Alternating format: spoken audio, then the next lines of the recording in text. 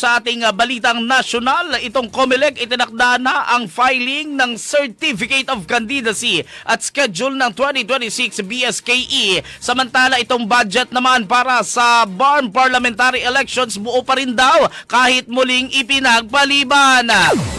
Nasa linya ngayon si Bombo Isa Cotoner ng Bombo News Center Makati, ang ating COMELEC beat reporter mga kabombo para sa buong detalye. Bombo Isa, please come in.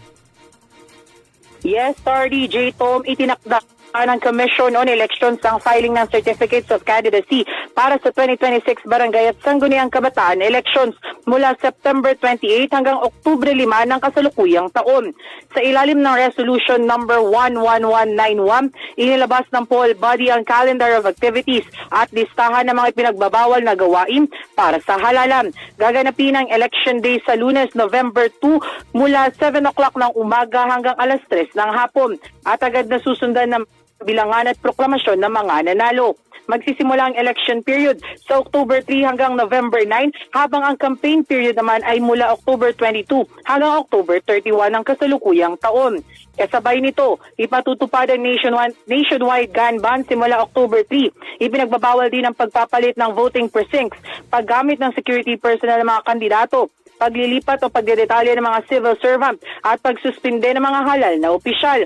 Mahigpit din ipinagbabawal ng vote buying at vote selling, pati ang pangangalap ng pondo sa pamamagitan ng sayawan, loto at sabong mula October 3 hanggang November 2. Sa panahon ng kampanya, bawal ang pagtanggal o pagsira ng legal na campaign materials, pamimigay ng pera o regalo, paggamit ng armor vehicles at pagtalaga ng special policemen. Ipagbabawal din ang construction o maintenance ng barangay-funded roads at tulay mula October 23 hanggang November 1. Samantala, sa iba pang balita naman na may kaugnayan sa BARM parliamentary elections, tiniyak ni Commission on Elections Chairman George Erwin Garcia na intact pa rin ang pondo ng komisyon para yan sa Bangsamoro Autonomous Region and Muslim Mindanao parliamentary elections na 2.5 billion. Bagaman nagastos na noon ang 1.2 billion dahil sa pagpapaliban ng halalan, ito ay nabalik na sa poll body ng Kongreso. Sa ngayon, muling ipinagpaliban ang Bangsamoro parliamentary elections sa ikatlong pagkakataon na nakatakda sanang mangyari sa Marso 30 ng kasalukuyang taon. Kaugnayan, pakinggan natin ang tinig ni COMELEC Chairman George Erwin Garcia. 2.5 billion ang Bangsamoro Parliamentary na initially po nakagastos na kami ng 1.2 billion dahil nga doon sa paghahanda sana para sa October 13, 2025 Bangsamoro Parliamentary Elections na hindi natuloy dahil lumabas naman yung desisyon ng Korte Suprema.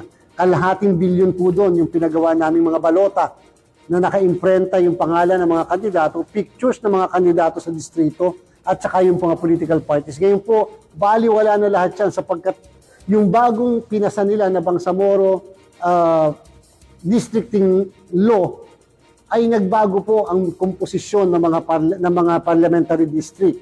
And nangangahulugan, magbabago rin po kami ng mga kandidatong i-imprenta dahil i-open po namin later kapag kami date na ang ating kongreso ay magpapal po muli tayo ng Certificates of Candidacy. Yan muna ang latest update mula dito sa COMELEC Office, Lungsod ng Maynila.